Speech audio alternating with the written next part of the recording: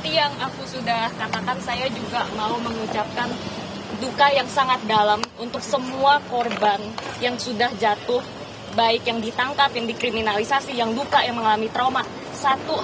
Hanya satu pun itu sudah terlalu banyak menurut saya. Lalu soal tuntutan 17+8, bicara kronologi. Sejak awal kami telah mengkomunikasikan tuntutan ini ke DPR lewat berbagai kanal. Pertama, hari Senin itu dimulai dengan tuntutan terbuka di media sosial yang berkembang secara pesat, dan saya yakin dengan perangkat media monitoring pemerintah mereka pasti sudah aware. Yang kedua, hari Selasa kami juga memfollow up lewat jalur informal dengan mem-WhatsApp beberapa perwakilan pimpinan DPR serta beberapa perwakilan partai politik. Yang ketiga, hari Rabu kami juga mengirim secara formal melalui surat email ke seluruh anggota DPR dan pimpinan DPR. Ada berapa tuh jumlahnya, Nur? 580.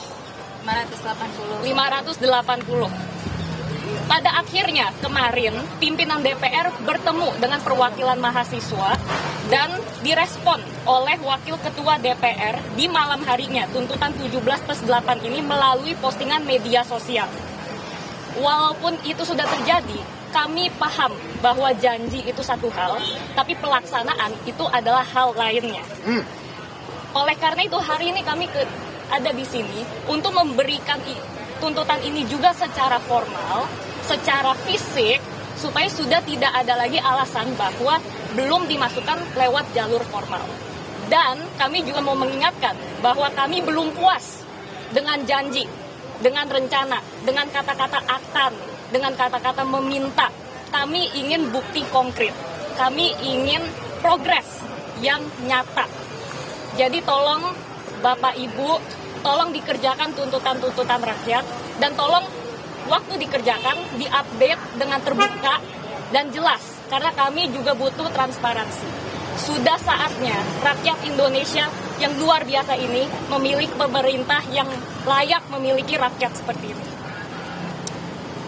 Salah satu pertanyaan yang sering ditanya, apakah realistis mengerjakan 17 tugas dalam 5 hari?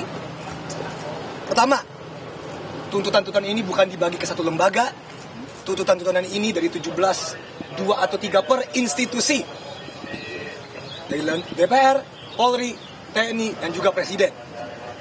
Dan kalau kalian masih ingat teman-teman reporterku, tahun lalu, di 22 Agustus, pasca putusan MK RUU Pilkada, bisa kok dikerjain dalam 1 malam saja?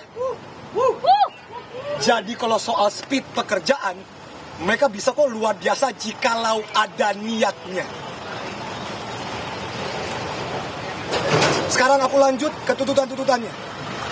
Sejauh ini 13 baru dimulai, 4 malah mundur, 8 belum digubris. Beberapa di antaranya yang mundur. Kekerasan aparat, korban di Bandung, keterlibatan TNI masih terlibat, pembebasan demonstran, proses hukum aparat polisi, memang sudah ada yang dihukum, namun baru 1. Dan banyak hal lain yang belum dimulai prosesnya. Tuntutan rakyat ada banyak, tapi salah satu sesuai dengan message kita, transformasi, reformasi, empati. Salah satunya adalah transparansi dalam anggaran. Tapi yang disuarakan adalah penyembuhan simptom, not the root cause, bukan akarnya.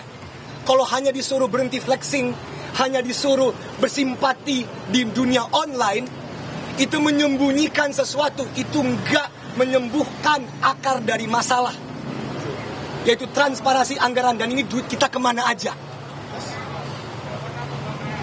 Sekian. Oke. Teman-teman mungkin mau banyak ada pertanyaan sekarang, tapi khususnya mungkin kenapa DPR gitu ya. Kalian kan udah ngirim juga, tadi udah dijelasin sama Abi kita, karena ya ini masalah bernegara, kami juga mau melakukannya semua secara formal. Makanya kami akan memberikan surat tuntutan kami secara resmi sekarang, secara offline. Saya pengen ngomong beberapa pointer saya. Pertama, setiap nyawa yang hilang, setiap keluarga yang berduka, dan setiap warga yang ditahan tanpa kejelasan adalah pengingat bahwa tuntutan ini bukan sekedar daftar poin, ini semua adalah aspirasi yang nyata. Karena itu, 17+8 harus dipandang bukan sebagai pekerjaan administratif saja, tetapi sebagai panggilan untuk mengembalikan martabat dan keadilan bagi rakyat. Dan betul bahwa DPR adalah institusi yang sudah menyampaikan respons tadi malam, mungkin kalian semua juga sudah melihat di Instagram DPR.